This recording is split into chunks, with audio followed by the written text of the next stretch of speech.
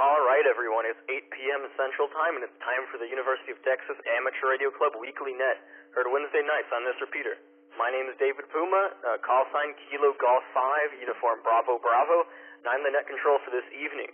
This is a controlled net, meaning that stations should refrain from transmitting until designated check-in or comment times. You can hear us on the University Link repeater system and the N5 OAK repeater system. You can also check in through Echolink on the node KA5DR, D-R.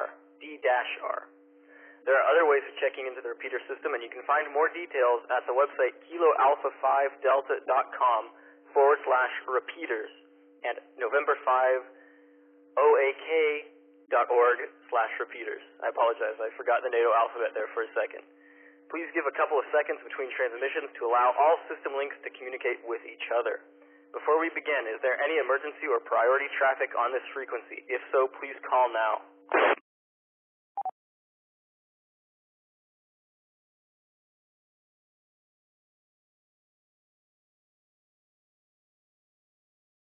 Alright, so we didn't hear anything.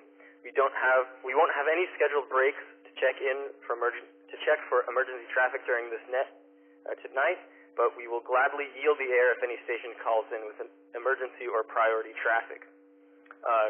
Do we have a net control operator? Matthew, I believe you were going to do that. Kilo Golf 5, uniform Bravo Bravo. Hey David, this is CAN4LRA Matthew. Happy to help out with backup net control this evening, and thank you for running the ship tonight. Let's get this party started, hey? Back to you. Thank you, Matthew, for being backup net control. Alright, so the UT Amateur Radio Club Weekly Net is a social net with the purpose of bringing the local amateur radio operators together, just so we can share knowledge, discuss club activities for the UT Amateur Radio Club, and keep in touch. All hams are invited, whether or not you're part of the UT student body, new or experienced, and once again, you do not have to be a member of N5XU, the club. If you're new to the net, the way this whole thing works is very simple. In just a few seconds, we'll invite everyone listening to check into the net. We'll start with short time check-in stations, so if you just have a few short words to say. And then we'll move on to general check-ins and comment time for people who are planning on sticking to the net for a little bit longer. Before we get started with check-ins, we do have some announcements from the club. We recently had a club meeting. It went pretty well. Unfortunately, I was not able to attend, but I heard we actually had solid attendance, which is very exciting, especially in midterm season. So as the vice president of the club, I'm very happy for that. For more information about the UT Amateur Radio Club, or if you'd like to get involved, please visit November5extrauniform.org, where you can read more about the club and sign up for our email list. Again, this is Kilo Golf 5, uniform Bravo Bravo. You are listening to the UT Amateur Radio Club Weekly Net, hosted by the University of Texas Amateur Radio Club, every Wednesday night, 8 p.m. here on the University Link repeater system and the N5 OAK repeater system. My name is David Puma, call sign Kilo Golf 5, uniform Bravo Bravo, and I'm net control for this evening. With that all out of the way, let's get on to check-ins. During check-in, please key your mic, say "this is," unkey, and wait a moment to hear if anyone else started speaking at the same time. If it's clear, key in again and slowly and clearly state your call sign and first name. We encourage you to use standard ITU phonetics if you know them. This gives everyone the opportunity to learn the phonetics. It makes it easier for me to write down the check-ins. So with that, let's go ahead and get started with short-term check-ins. Kilo Golf 5, uniform Bravo Bravo.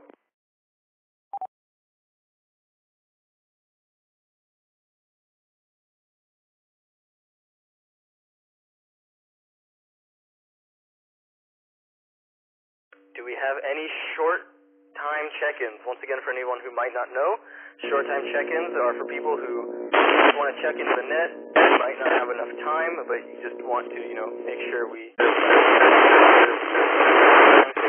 call now. Somebody doubles with you, N5LA.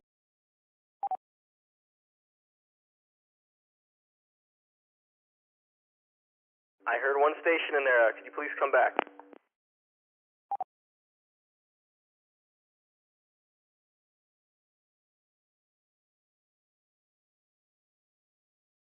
5LA.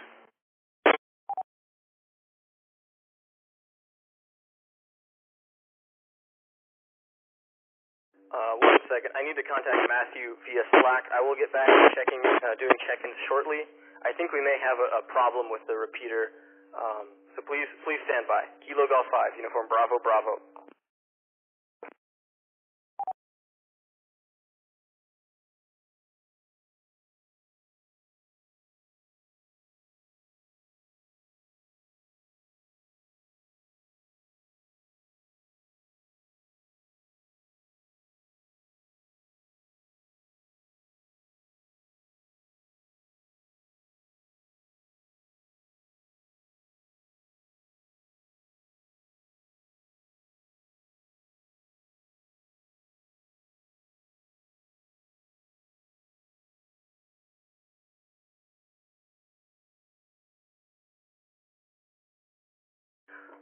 All right, everyone, this is Kilo Golf 5, Uniform Bravo, Bravo. I do really apologize for this. We were having an issue with loopback on the 224, or the 224 repeater, but apparently that's not the issue. We think the person coming in is just not quite hitting the repeater solidly enough, so I do apologize. With that, let's get back into short check-ins. Kilo Golf 5, Uniform Bravo, Bravo. Short stations, please come.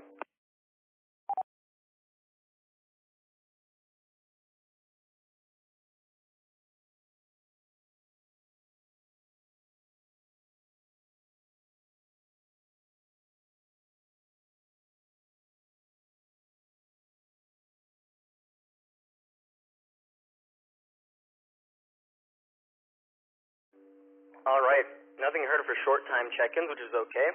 Now let's go ahead and move on to general check-ins. After we've got a few people checked in, we will give the floor to each of you, and then to any stations who wish to respond.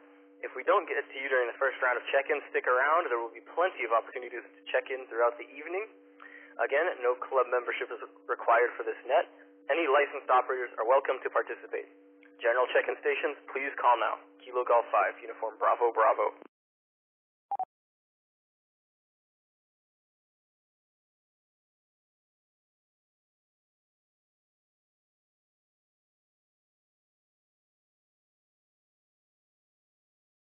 N5LX, November 5 Lima X-ray.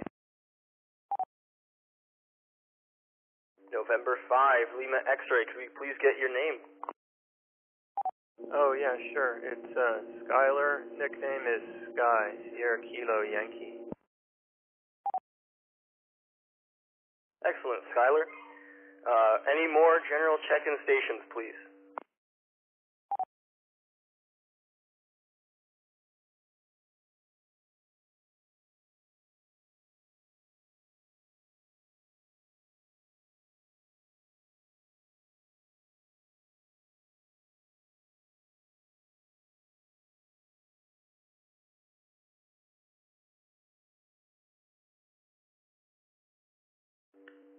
This is the November 5 X-ray Uniform Weekly Net. Do we have any more general check-ins? Kilo Golf 5, Uniform Bravo, Bravo.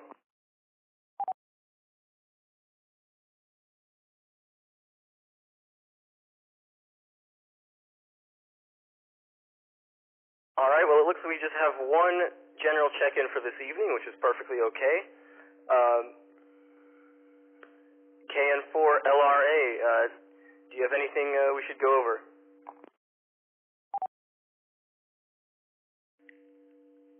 Well, hello again, everyone. I guess I'll kick off the comment portion of the net this evening. This has been a pretty good week for me so far. I have been blessed with the opportunity to not have any major school assignments due this week. So I'll really enjoying that so far. Unfortunately, looking ahead at next week, it does not last, but for the last couple of days, I have really been enjoying that. In terms of radio things, I have not gotten much new going on myself.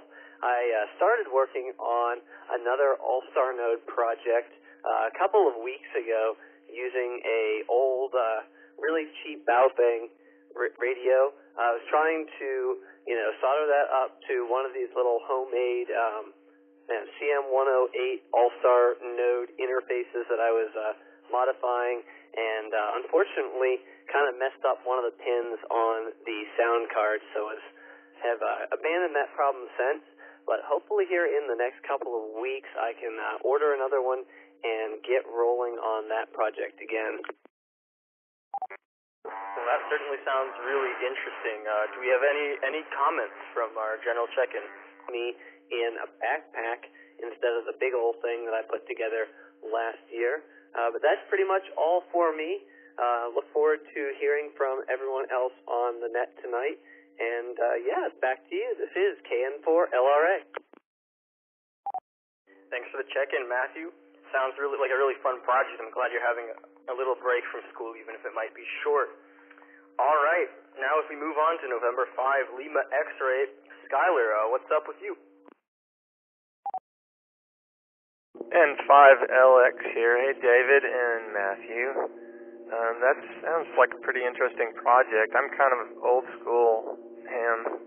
I got my license like when I was in high school back in the 70s, and then I kind of let it lapse after a few years. Well, after it expired, I didn't renew it. I kind of got burned out. But then during the pandemic, I was like, hey, this is, I'm kind of bored, and I got back into it, and I'm actually starting to enjoy it. But boy, that's a lot of stuff that's changed. And so, yeah, like D-Star, a friend of mine is sending me a hotspot, and so I guess I'm going to get my feet wet and try to learn a little bit about that stuff. Over. That sounds amazing. Yeah, I got licensed summer before I started high school. With everything, obviously it was a less amount of time. My license hasn't expired yet, but I did let it sort of relapse. But I got back into it during the pandemic, so I definitely understand that. Also, getting into digital radio communication modes, that's pretty interesting. I actually have not, so it's been neat seeing everyone in the club, sort of embrace digital modes, and I'm thinking about getting my feet wet as well. Sounds like a really interesting project, KG5, UBB. What's interesting to me is I actually, for a while, I used to work on radios. I was a Motorola technician, and, I worked on DMR, commercial two-way stuff, and what amazes me is how much better the amateur radio gear is. The Motorola gear for commercial is very robust, don't get me wrong, but in terms of features and technology, I think the amateur radio stuff is really amazing. N5LX, back to you.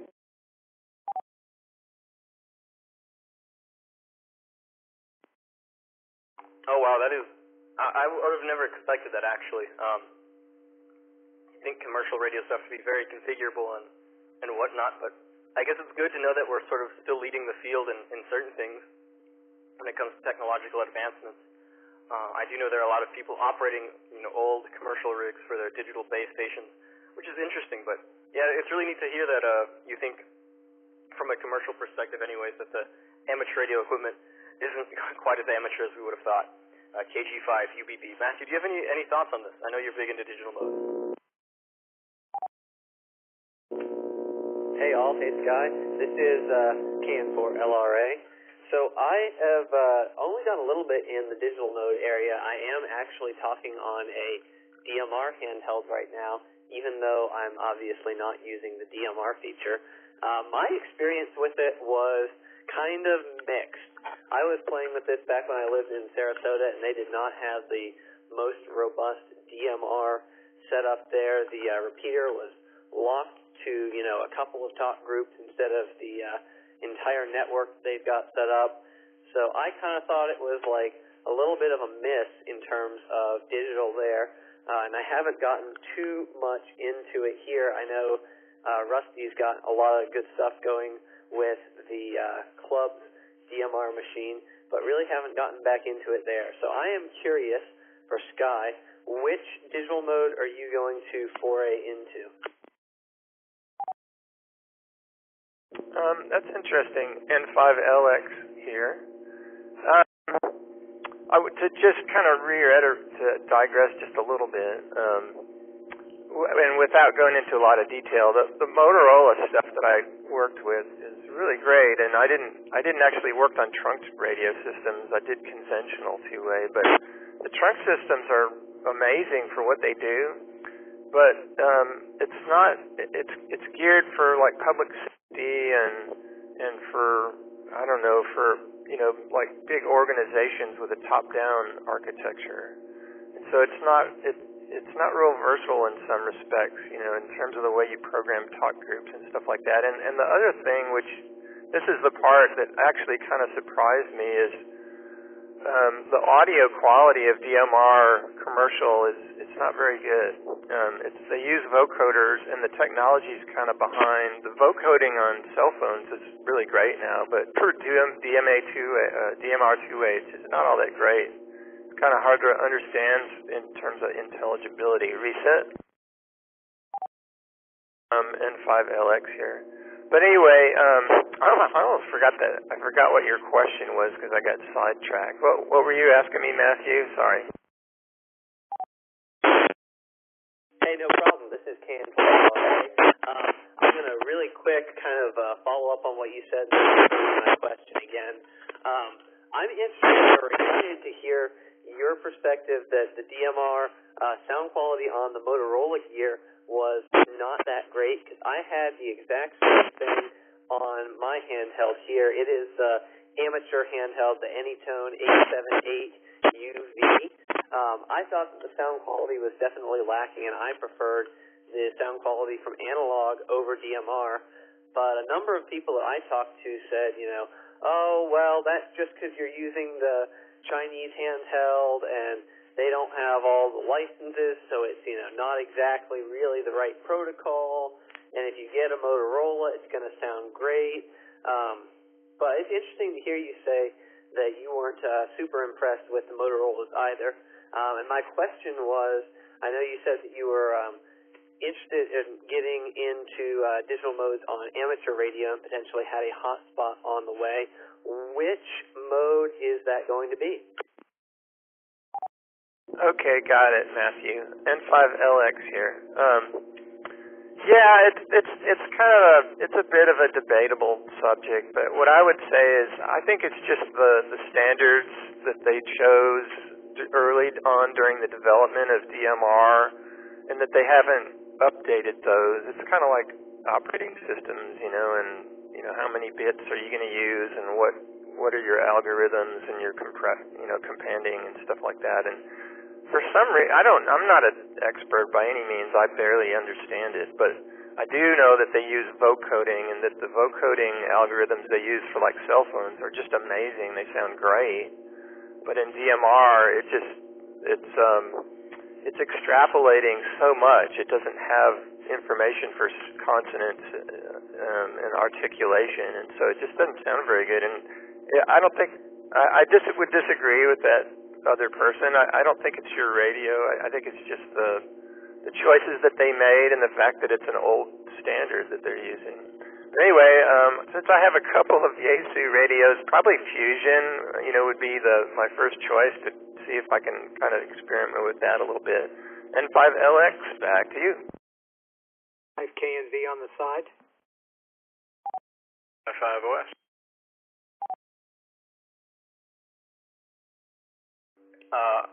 Kilo Golf 5, Uniform Bravo, Bravo. I think I just heard two stations wanting to check in.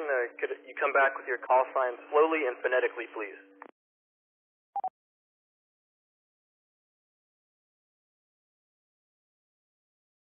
Alpha India 5, Oscar Sierra. Alpha India 5, Oscar Sierra. Thanks for the check-in. What was your name? Hey, good evening. This is Justin here up in North Austin.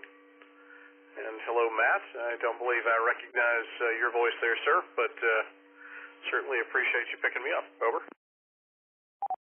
No problem, Justin. The name here is David. Call sign Kilo Golf 5, Uniform Bravo, Bravo. Just running net control for tonight. But yeah, thanks for the check-in. Could the other station please come in with your call sign slowly and phonetically, please? Also, a name would be nice.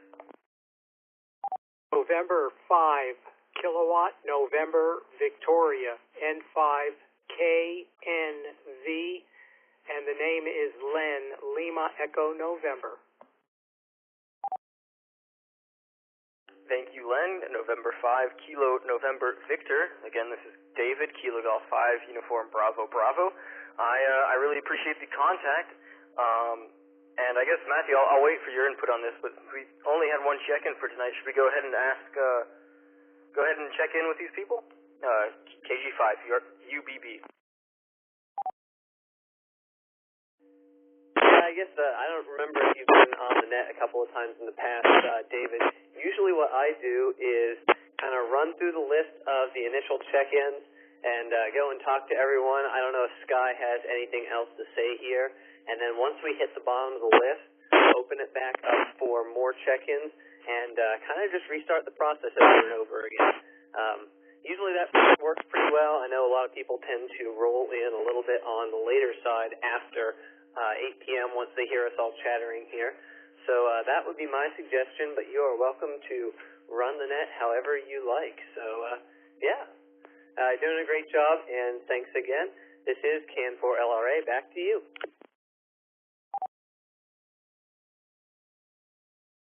All right, thanks, Matthew. So I guess, yeah, Skylar, if you have anything else left that you'd like to talk about, go ahead. If not, I think we'll go ahead and move on to Justin, KG5, UBB. N5LX here. Yeah, just one more real quick comment. Kind of in a response to what you said earlier. I think one of the reasons that signature analog, like NLM, has got a lot better eligibility is because it's a wider bandwidth than what we're using for commercial two-way. It makes a big difference. I think the real early cell phones the same way. Wide bandwidth, so you have to consider that. But the other thing I was going to say real quick is part of my background is audio, so I've done audio for a long time, off and on, and I kind of keyed in on the audio quality. And to be honest, I've never delved into the details of what Motorola's approach is for DMR, but I do know. With my ear, it's like I can tell that the audio quality is not that great, and it sounds very vocoded, and sometimes the intelligibility gets really bad when the signal's weak. That was kind of just my idea, what I was trying to convey. And that's it. I think we'll let somebody else talk now. N5LX, back to you. Thank you, N5LX. A very insightful comments. Pretty interesting history about radio and audio technology there. It's really appreciated.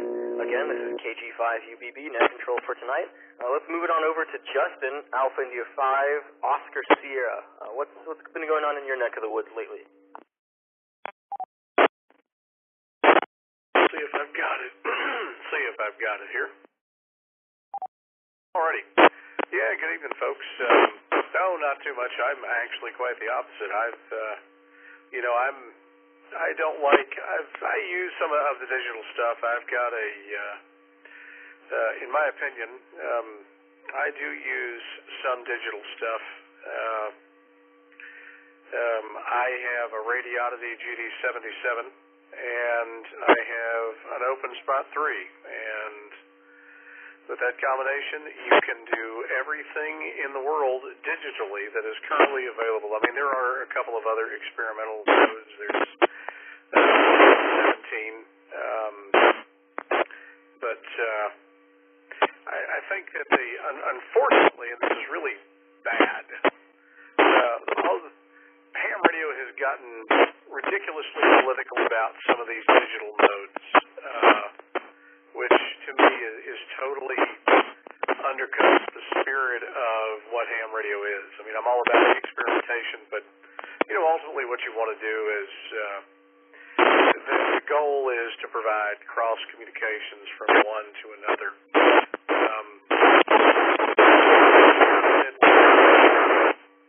All of the digital modes, DMR, D-Star, Infusion. Fusion and P25 sound best. In fact, P25, if you get the chance to play with P25, which you can do using an OpenSpot or most hotspots that are Fusion compatible will do P25 if you're using the AC radio. Absolutely sounds the best. DMR, D-Star, leave a lot to be desired. And in my opinion, D-Star, just the way DMR works. The older iterations of DMR just make your brain hurt because it's all about putting things in a receive group and in a transmit group and having to have contacts and everything else. I find the programming of them very complicated. Fusion arguably is the easiest, but it's also, again, very proprietary. I'm going to reset. The one that I am most familiar with is D-Star.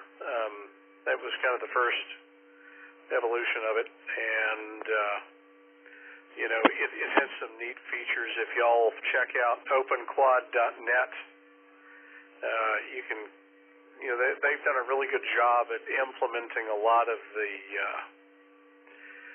digital nodes, but D-Star allows you to create some what are called smart groups. It's kind of analogous to trunking, right? So we could have this whole net in a group, right? Call it UT ham or something like that. And everybody who, subscribed to that UT ham group would be able to talk back and forth within that group. So there's some really interesting call sign routing things that go on with D-Star that you don't see with some of the other modes. At the same time, though, to get started with it, takes a little bit. You have to remember that everything is in the UR field, the UR call of the radio. And once you have that, you're set. But I don't know. I guess that's my little soapbox here. So this is AI5OS. Thanks for the comments. That is really interesting. As someone who hasn't really messed with digital modes all that much, can't say I know much about it, but it piqued my interest for sure. Being interested in networking and whatever. KG5, UBB. Do we have anyone else who'd like to comment on Justin's so-called soapbox there?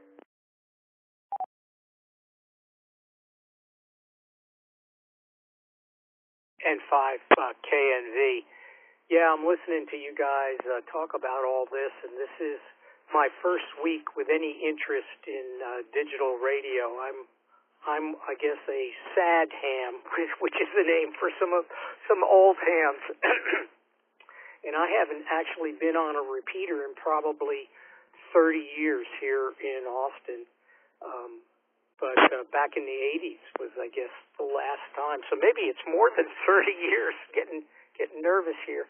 But anyway, very interesting hearing you guys talk about these digital modes. I'm talking about Tone 878 UV2 Plus, and I did go through the trouble of setting up DMR, and I'm looking forward to the talk group stuff. So I was wondering if maybe some of you guys could comment on all of this talk group stuff, which is totally unfamiliar to me, N5 KNV. Well, all right.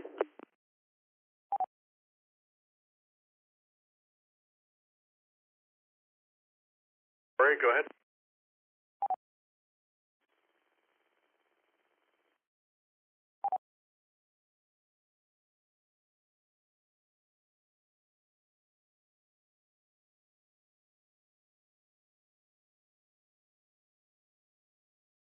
It's yours. Go ahead. CAN4LRA AI5OS. Thanks. Just wanted to make sure I wasn't accidentally talking over someone there. I am on the same handheld as you are right now. I also have the Tone 878 UV2. I don't have the Plus version, but I hear that they're pretty much exactly the same in terms of the programming and everything. I'm going to make an assumption and assume that you've programmed in the N5OAK DMR machine if you've got that set up. Obviously, correct me if I am wrong later on. but I have that guy programmed in as well. And from my perspective as a user, the different talk groups kind of act like different repeater frequencies, except they're all actually transmitting on the same frequency. Let me let it reset. So there's different time slots on the repeater. I don't know if you remember that from when you were doing any of the programming, but time slot 1 and time slot 2. Time slot 1 is dynamic, and what that means is when you put your radio on a talk group that's on time slot 1, and it should say on the screen, TS1 or TS2. If you keep the talk group, it will talk to the repeater, and the repeater will interrupt that talk group. So you wouldn't have heard it before, but once you key up, it will start talking. It'll stay there for a little while. I'm not exactly sure quite what this one is set at. Let me let it reset again. But that's how the top groups work, and then it will be linked to that top group, and everything you say will end up on that top group for a little while. So pretty cool stuff there, and if you have any questions or want to try to make contact on that repeater at some point, feel free to give me a call. This is KN4LRA.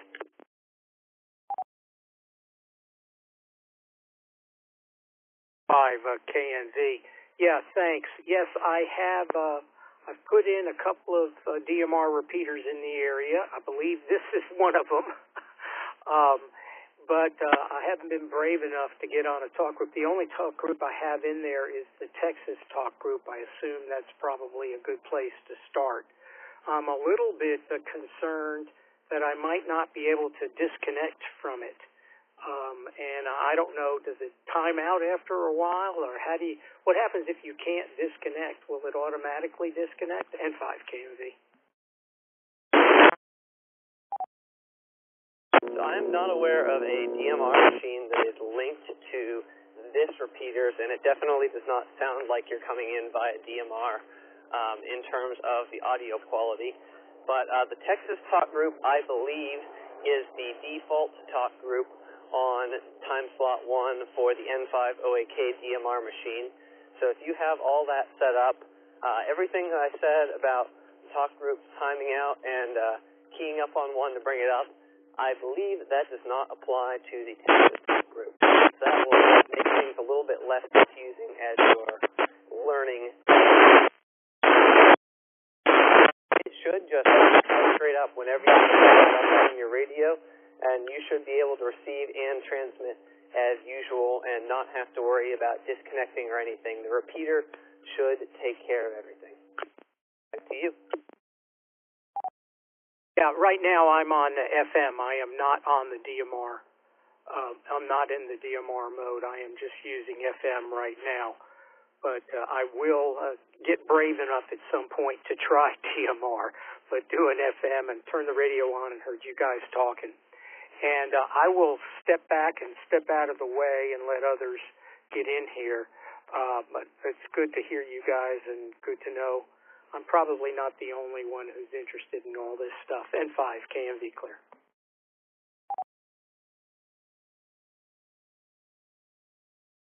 Hey, no worries for talking on the net, Len. This is what we're all here for, is to talk and, get together as, hams and Austin. So I really appreciate your comments. Also, congratulations on, getting back on our repeater after 30 years, as you said. That's excellent. Also, thank you, Matthew, for helping out Len. That's very kind of you. Hopefully, if he has any future questions about DMR, you'll be able to help him out again. With that said, do we have any more general check-ins? This is Kilo Golf 5, Bravo, asking for any more general check-ins.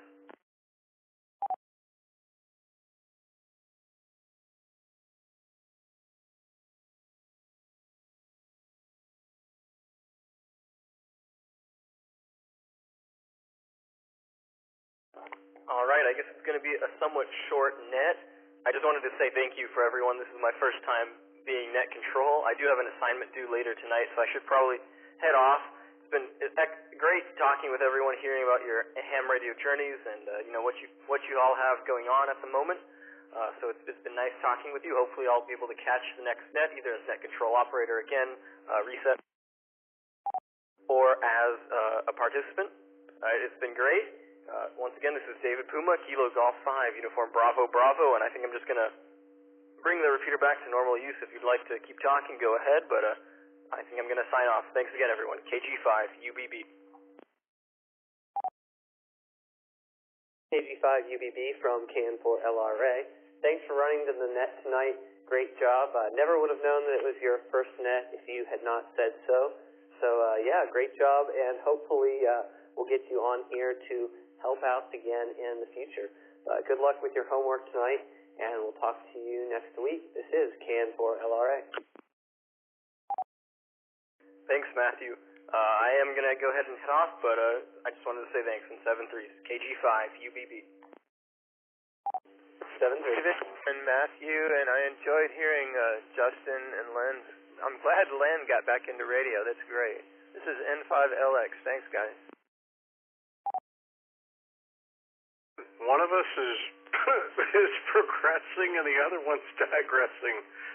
One of us is taking leap forwards in ham radio. The other one of us is taking leaps backward. I just find the paradox funny because I've been playing with really old boat anchor stuff. Like old stuff. Yeah, like I've been playing with old tube type, old Drakes and old Kenwood radios, you know, the kind that you have to turn on and warm up, and you know they drift and everything else. And I've been playing with that stuff. I don't know. It's because in my day job I spend days getting people connected to the internet, and when I want a radio, I end up kind of like the older the better, and the more knobs they have to turn and twist to make it work, the more fun it is. And 5LX vacuum tubes, or valves, I guess as some people like to call them. It's a totally valid technology.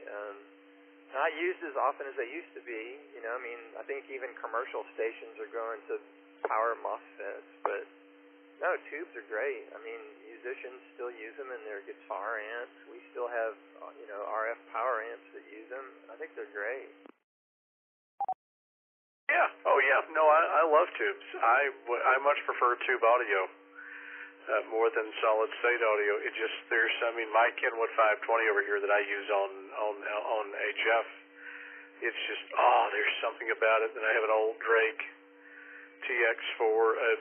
They're called Drake Twins TX4B and a TR4B. Well, the R4B. They're older than I am. I mean, they're 50-ish years old, right? They just, there's just something about when those tubes warm up, and the smell and and just the sound of them. So, no, they're wonderful. I'm curious, what other DMR repeaters are there here in Austin? I know of the 441.3. That's Oak Hill, and I know there's 444.7125, but I didn't think there were any more than that. Go ahead. Well, this is N5LX. I'm unfortunately the wrong guy to ask. I re-upped my license a couple of years ago, and I'm still learning a lot of new stuff. I mean, before that, I was a ham like back in the 70s, and I let my license expire. So most of this stuff is new to me. Roger that. Well, yeah, I've been a ham since the 90s, and I kind of went, COVID, I kind of jumped back into it, and, then I moved to a place where I could put up an HF station. I kind of went a little ham crazy. Nothing wrong with that. A lot of my friends, I try to explain, what amateur radio is all about, and I think it's just whatever you want it to be. I mean, it's social for sure. I mean, there's a social dimension, but there's a lot of technology, a lot of stuff you can learn about. I mean, some of the hams that I've met are engineers who have pioneered some of this stuff, so I think there's something for everybody. I get a kick out of seeing people getting into it because it has such a wide range of things that you can learn about. Yeah, no, it's great. I mean, I've really gotten into it. I'm trying to come up with a way that I can, as a blind man, I've really kind of gotten into antennas and, working with these old, like I said, this old tube type stuff. Actually, some friends and I are kind of, I found the schematic for an old meter that used to be used called a gimmick way back in the, it was a long time ago. And found the schematic for it, and so some friends and I are trying to put a couple of them together just to see how they work and, see if we can improve upon it so that it's easier as a blind person to tune up tube-type amp and so on and so forth. Because I've got these Drakes, I've got the 520, and I have a Kenwood TL922 and a Heathkit SB200 here, so I've got a bit more. I've got a little bit of tube-type gear that I like to play with here. Along, of course, with the TS2000. But oh yeah, absolutely. Ham radio's fun, and then you throw in the digital modes, the hotspots, DMR, Fusion, and then you've got things like All-Star here, which is what links all this stuff together. Yeah, it's fun, and it's talk about just being a really mentally stimulating hobby to have. Not bad. And 5LX. Oh, you can also network with people. I think each person kind of brings a little bit of expertise of their own to the table, from different areas, and so everybody can kind of, as a group, you have a lot of expertise at your fingertips. Of course, the internet is great, but I like the idea of ham radio. I think a long time ago, maybe it got established as like a backup communications, or I'm not sure. That would be interesting to read about. Apparently, it was, I guess, for natural disasters, or maybe even had some military application, and eventually it turned into a hobby, but it's still going strong. Yeah, I mean, it used to be how you got messages. It used to be a very viable means of communication to get messages back and forth. And,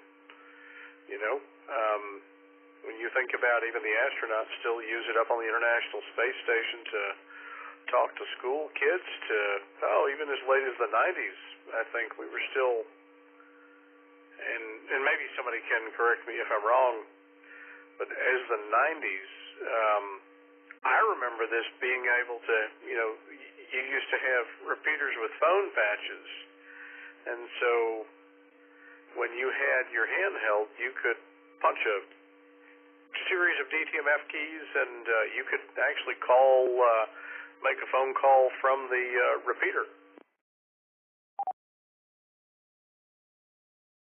Yeah, I used to have one of those back in the 70s.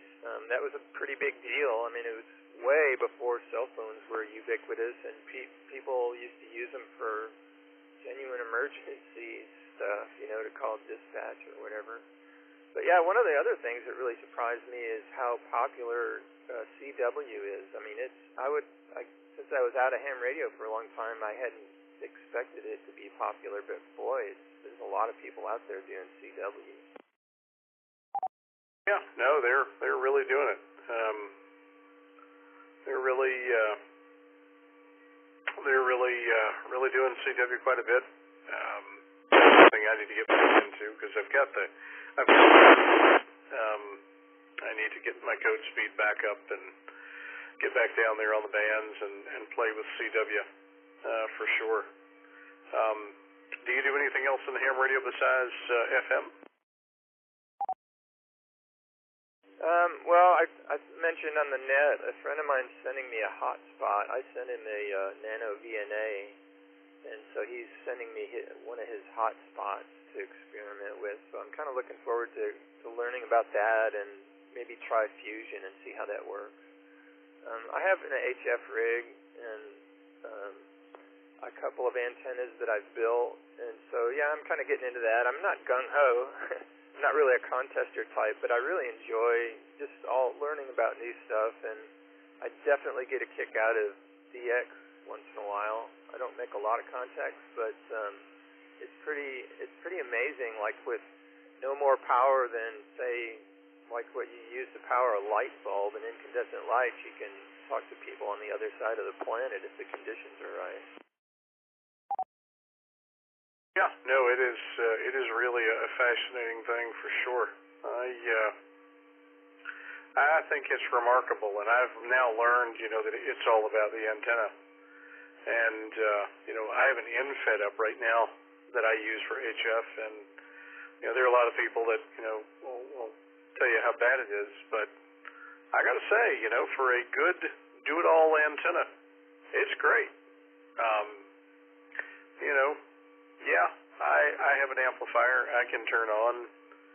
I can do, 1,300-ish watts, whatever, but, no, there's nothing wrong with, when you throw power into the equation, it puts in so many different forms of variables that it's like, I just, nah. So it's more fun sometimes just to, hey, I'm going to just turn it on, crank the radio up to, 40, 50 watts and go for it. Yeah, it's great. I love it. And I do know a thing about Pi-Star, so when you get the hotspot, I'd be more than happy. I'd love to help you with that if that would help. Go ahead. Yeah, maybe I'll give you a shout. I'm going to bug out here, but I've really enjoyed talking to you and meeting you, and maybe I'll catch you again on the net. Are you on the Oak Hill Discord by any chance? Yes, I am. I'm on the Discord. I don't tend to check Discord a lot because it gets a little weird. It's not as accessible as I would like it to be using assistive technology. It's all right. I tend not to check it, but suppose maybe I should probably get in a better habit of leaving it open. Well, from what you're describing, yeah, it may come down to the interface. Not. I guess every website is going to have different attributes in terms of trying to access it, depending on how you're accessing it. And, like Twitter, for example, I have some friends who use Twitter a lot, and I think at least visually, I think the interface is horrible. Yeah, well, on the Mac, the Discord interface is bad, and it's not visually, I'm sure it's quite fine, but from an accessibility standpoint, it's just like, really? Come on. Now, the iOS app is absolutely wonderful, and I should do a better job at keeping it open and, playing on Discord and kind of seeing what's there. Because, a lot of folks do hang out there. But I will tell you, my call is AI5OS. It's Artificial Intelligent 5 Operating Systems, and it's a purely vanity call. I work for the company that makes iOS, so that is shamelessly where that came from. But, if I can certainly help, please, by all means, I'm good in QRZ. You can email me, and I'd be more than happy to help you with a hotspot. Because the hotspots, Pi-Star is not difficult.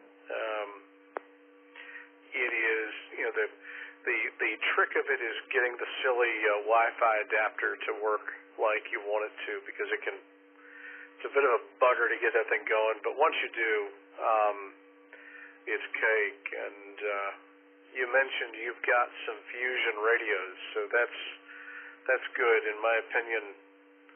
I don't like Yaesu Fusion from an accessibility standpoint, because it's I want to be able to control things from my radio, and yes, radios make that difficult. But from you want to get up and going, and it's the easiest way to work. You can't beat it. Go ahead. N5LX with AI5OS. That's interesting. So, yeah, I guess I haven't really thought about that before, but from an accessibility standpoint, the different technologies and different web platforms lend themselves to a different approach. It sounds like the developers, if they had accessibility in mind, they should be talking to people like you to find out what works. But it's kind of funny because I think they have the same problem with pretty much every application. It's kind of like, is it going to be user friendly, or is it going to be revenue stream friendly, or is it going to be programmer friendly? What are they trying to do with it? And I think a lot of times there's compromises or some conflicts of interest come into play. But that's a pretty interesting thing. I haven't really thought about that much. Anyway, I really do got to go, Justin, but I definitely will give you a shout when I get that hotspot. Alrighty. Well, it was a real pleasure. 73s. This is AI5OS. Got a phone call. N5LX, clear.